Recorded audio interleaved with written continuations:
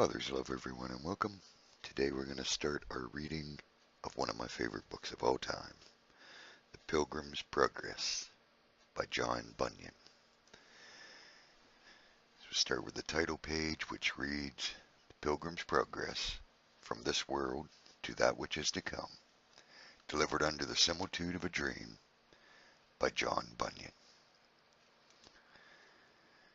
We'll start with the author's apology for his book. When at first I took my pen in hand, thus for to write, I did not understand that I at all should make a little book. In such a mode, nay, I had undertook to make another, which when almost done, before I was aware, I this begun. And thus it was, I writing of the way, and race of saints in this our gospel day, fell suddenly into an allegory, about their journey and the way to glory. In more than 20 things which I set down, this done, I 20 more had in my crown. And they again began to multiply, like sparks that from the coals of fire do fly. Nay, then thought I, if that you breed so fast, I'll put you by yourselves, lest you at last should prove ad infinitum, and eat out the book that I already am about. Well, so I did, but yet I did not think to show to all the world my pen and ink. In such a mode I only thought to make, I knew not what, nor did I undertake, thereby to please my neighbor, no, not I did it my own self to gratify. Neither did I but vacant seasons spend in this my scribble, nor did I intend, but to divert myself in doing this, from worser thoughts, which make me do amiss. Thus I set pen to paper with delight, and quickly had my thoughts in black and white. For having now my method by the end, still as I pulled, it came, so I penned it down until it came at last to be, for length and breadth, the bigness which you see. Well, when I had thus put mine ends together, I'd shown them others, that I might see whether they would condemn them, or them justify. And some said, let them live, and some let them die. Some said, John, print it, others said, not so. Some said it might be good, others said, no. Now was I in a strait, and did not see which was the best thing to be done by me. At last I thought, since ye are thus divided, I print it will, and so the case decided. For though some I see would have it done, though others in that channel do not run, to prove then who advised for the best, thus I thought fit to put it to the test. I further thought, if now I did deny those that would have it, thus to gratify, I did not know but hinder them I might of that which would to them be great delight. For those which are not for its forthcoming, for its coming forth, I said to them, offend you, I am loath. Yet since your brethren pleased with it be, forbear to judge till you do further see. If that thou wilt not read, let it alone. Some love the meat, some love to pick the bone. Yea, that I might them better palliate, I did too with them thus expostulate. May I not write in such a style as this, in such a method too, and yet not miss my end thy good? Why may it not be done? Dark clouds bring waters, when the bright bring none. Yea, dark or bright, if they their silver drops cause to descend the earth by yielding crops, gives praises to both, and carpeth not to either, but treasures up the fruit that they yield together. Yea, so commixes both, that in their fruit none can distinguish this from that they suit. Her well when hungry, but if she be full, she spews out both, and makes their blessings null. You see the ways the fisherman doth take to catch the fish, which engines doth he make. Behold how he engageth all his wits, also his snares, lines, angles, hooks, and nets. Yet fish there be that neither hook nor line, nor snare nor net nor engine can make thine. They must be groped for, and be tickled too, or they will not be catched, whate'er you do. How does the fowler seek to catch his game? By divers means, all which one cannot name. His guns, his nets, his lime twigs, light and bell. He creeps, he goes, he stands, yea, who can tell of all his postures that there's none of these will make him master of what fowls he please. Yea, he must pipe and whistle to catch this, yet if he does so, that bird he will miss. If that a pearl may in toad's head dwell, and may be found, too, in an oyster's shell, if things that promise nothing do contain what better is than gold, who will disdain that have an inkling of it there to look, that they may find it now, my little book. Though void of all these paintings that may make it with this or the other man to take, is not withheld those things that do excel, what do in brave but empty notions dwell. Well, yet I am not fully satisfied that this your book will stand when soundly tried. Why, what's the matter? It is dark. What though? But it is feigned. What of that? I trow.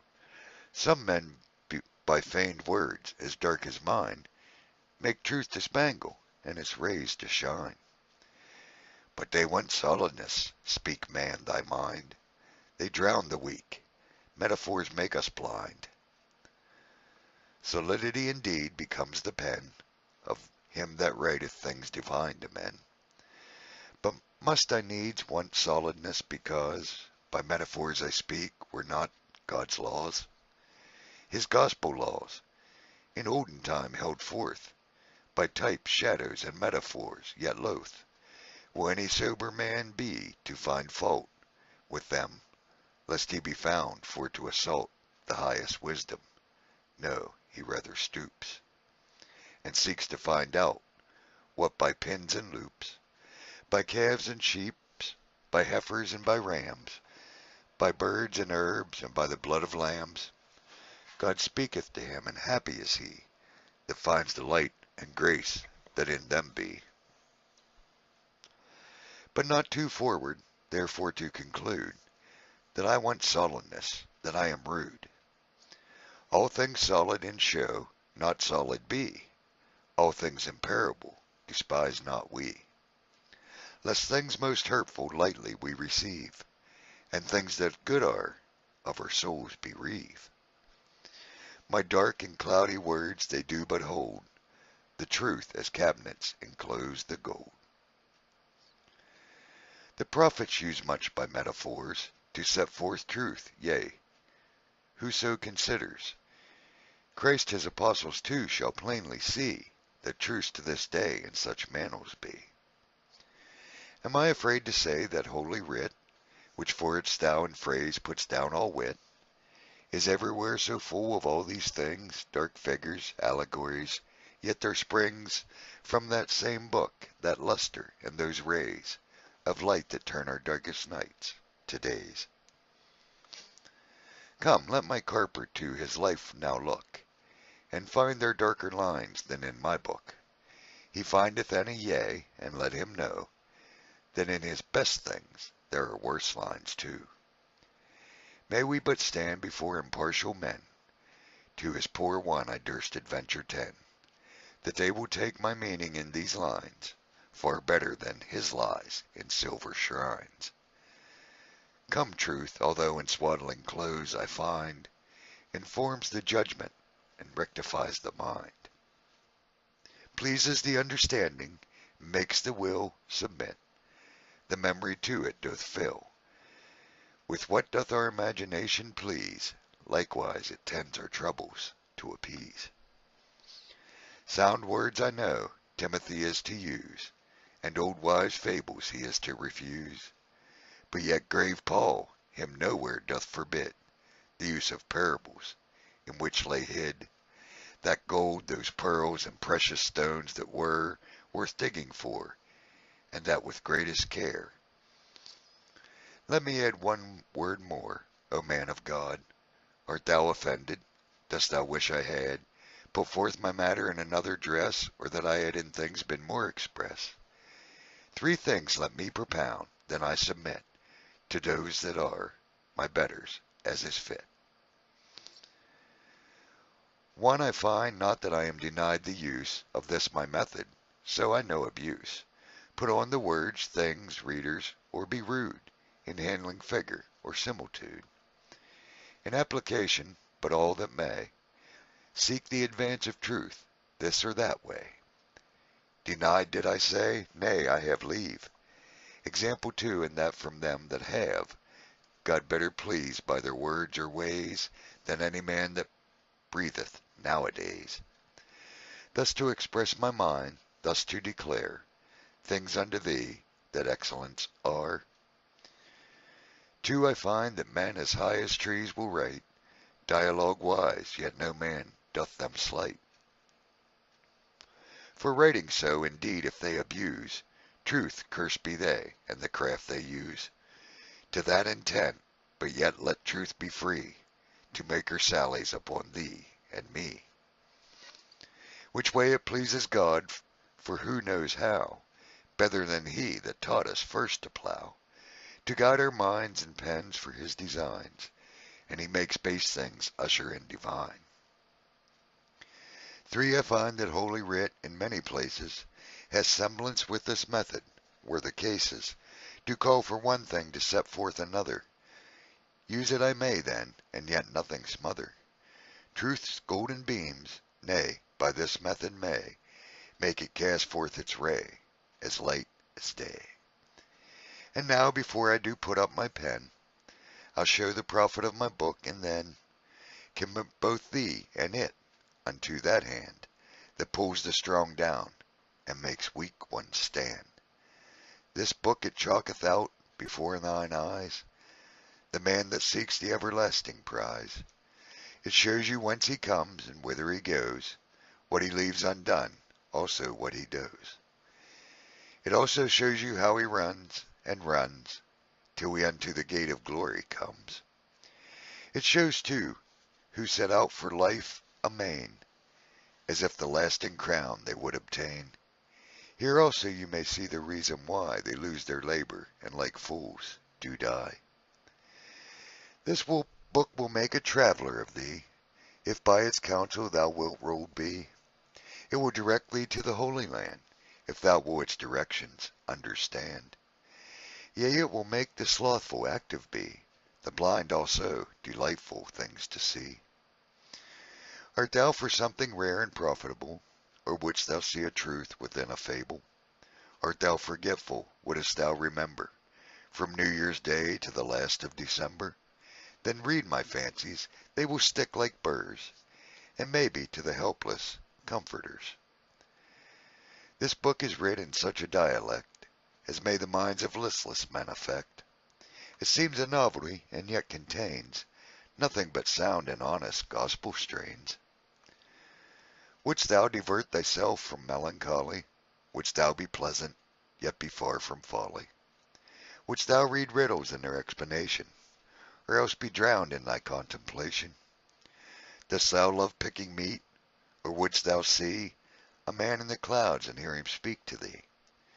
Wouldst thou be in a dream and yet not sleep, or wouldst thou in a moment laugh and weep? Wouldst thou lose thyself and catch no harm, and find thyself again without charm?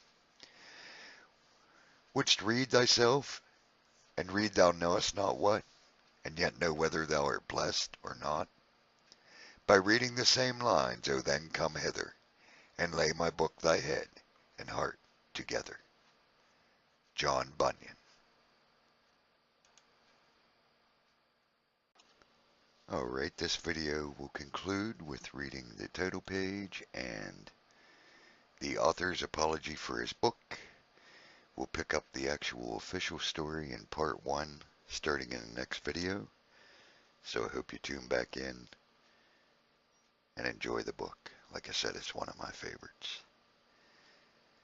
I'll ask that you continue to pray for the children out there, our fellow brothers and sisters around the world. Keep shining your light in the darkness everywhere you go. and never ever forget how much the Father, Son, and Spirit love you and want what's best for you. So we'll take up our journey next time in part 1. I hope I see you on the road. Take the journey with me.